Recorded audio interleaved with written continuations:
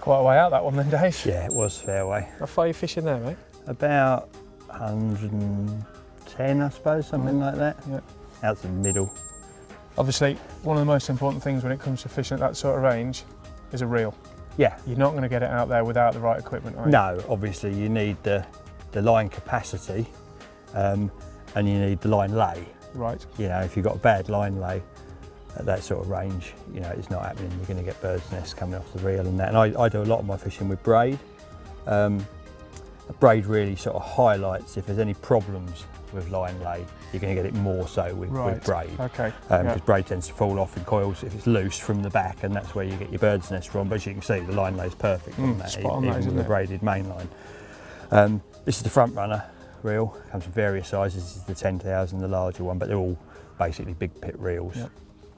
I suppose I've been using these for about 3 years. As you know, most of my fishing is fairly large pits. So I suppose about 90% of my angling over the last 3 years, this is the reel I've been using. Right. They're very, very hardy, you know, which they've got to be with me. You know, Well, yeah, I've seen how much stick the you way give I your treat gear. my tackle. I can't find fault with them. I think that, you know, they're a lovely reel. With the free spool system, everything's on the front. There's no levers and stuff at the back. Oh, okay. And what it's got 2 different controls. You've got the outer, which frees your spool off. Yep. For bite indication. You've got your inner, which is the clutch. Right. So you can set your clutch however you want, and then you just So you can preset one without the other, and then it's just literally that. It's half a twist. Excellent. Obviously depending on how, and just a little 2 clicks, and it's there's not a lot of movement. No, there's not at all. Yeah. Ideal. You can get it right down, locked up tight for casting.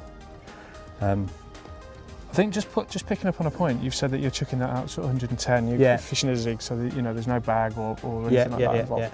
I think it's important that, you know, a lot of people perhaps they might only be able to cast 70 yards with normal gear. So we're not necessarily talking ultra long range, but something like that can improve someone's casting anyway. Yes, I think it can definitely add distance, depending on what sort of equipment they're using already. But the beauty of this, you've got a very deep spool.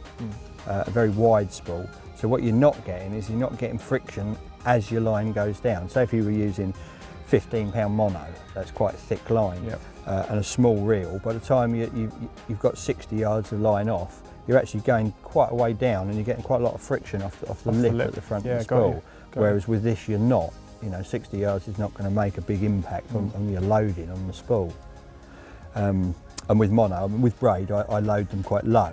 I find it works better. With mono, obviously you can load another flush up 25 yards, 30 yards on top of that. So when you've got 60 yards out there, it's only going to be down to this level. Of course.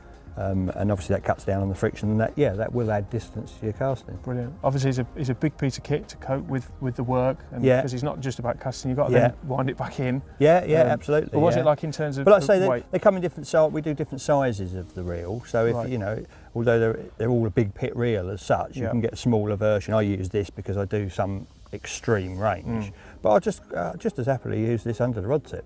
Right. You know, it doesn't limit me to only distance. No, it gives you a maximum, doesn't it? But there's nothing to say that there's a minimum. You don't have to stop using a big pit reel just because you're fishing close to it. No, not at all. But it makes it possible at the other end. If I do need to go out 120 and even more, I can do it with this reel. So I don't have to step up. This is my all-round standard carp fishing reel that I use for 90% of my carp fishing. Well, I won't keep you any longer. Yep. Let's get it back out there. Back out there. Get a bite.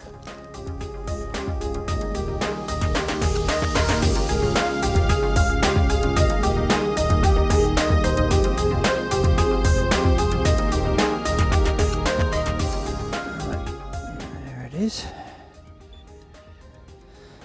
just a quick flick of that, and that's perfect for a free spool. Click on the bobbin, flip that along back on, and the beauty of this now is when I do get a take, it is literally only a quarter of a turn and it's in gear, clutch is preset, ready to do battle. Quarter of a turn back, front runner set, ready to go.